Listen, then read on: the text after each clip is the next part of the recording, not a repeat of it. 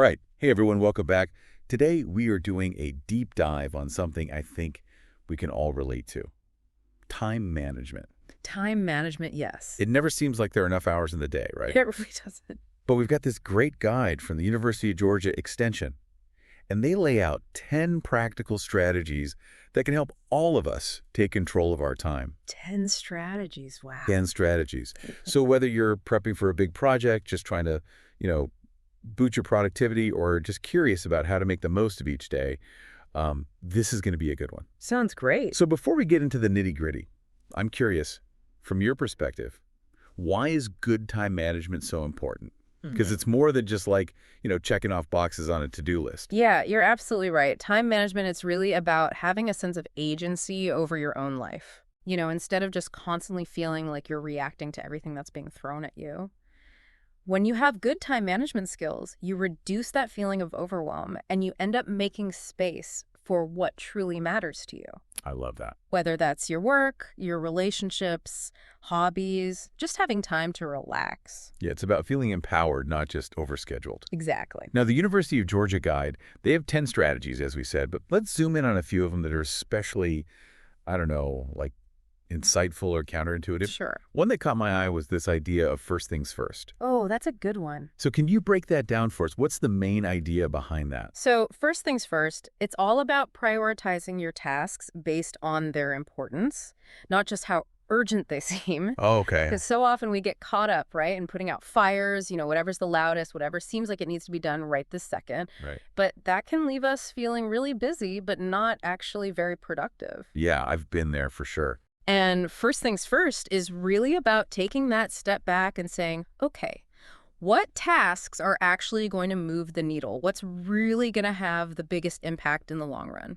So it's like taking a moment to really assess, is this task, is this project, is this thing really getting me to where I need to go long term? Exactly. Or am I just, putting out little fires all day long? Just putting out fires all day long.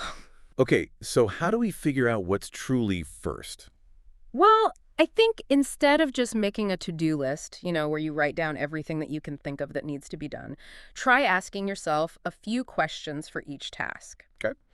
So for example, you could ask yourself, does this task contribute to my long-term goals?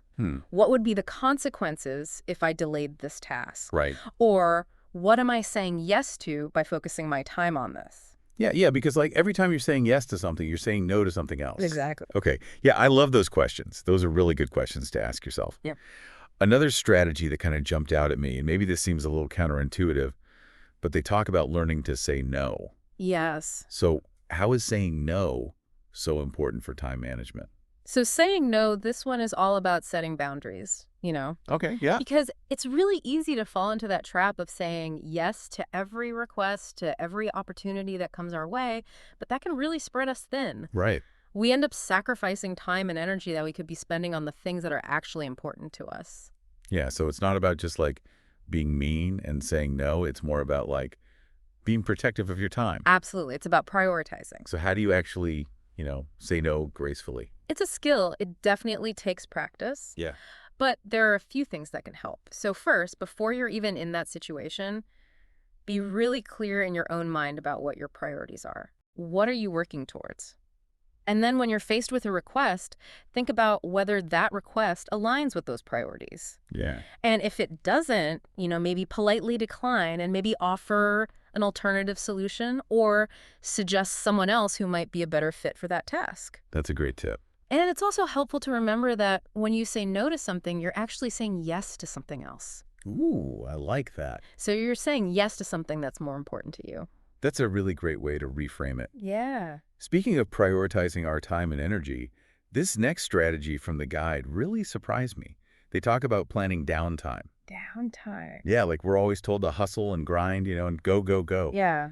But this is about actually scheduling breaks. It is. And it's so important. Why is that? Because it's not just about preventing burnout, though that is a big part of it. But it's also that when we take breaks, we're actually enhancing our productivity. When we give ourselves permission to rest and recharge, we come back to our work with more focus and even creativity.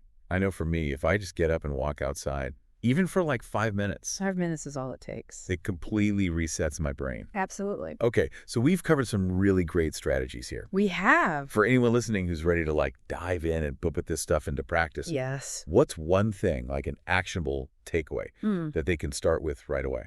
I think the best place to start is to just pick one of the strategies that we talked about today, whether that's first things first or learn to say no or plan downtime and just experiment with it for a week.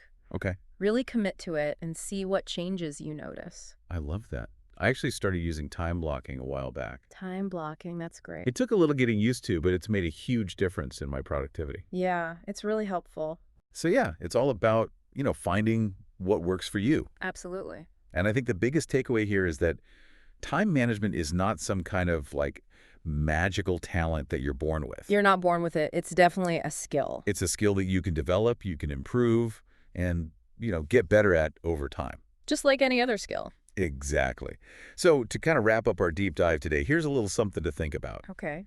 If you could magically gain an extra hour every day, what would you do with it? That's a great question. Think about it. What would you do with that hour? What would I do? Because I think that really reveals a lot about what your true priorities are, and maybe how you can better align your time with the things that really matter to you. Yeah, I love that question. Well, that's it for our deep dive on time management. A huge thank you to the University of Georgia Extension for their awesome guide. If you want to, check out all 10 of their strategies, we'll have a link to the full publication in the show notes. Thanks for joining us, and until next time, remember, you've got this. You got this. You have the power to take control of your time. Absolutely. See you next time. Bye.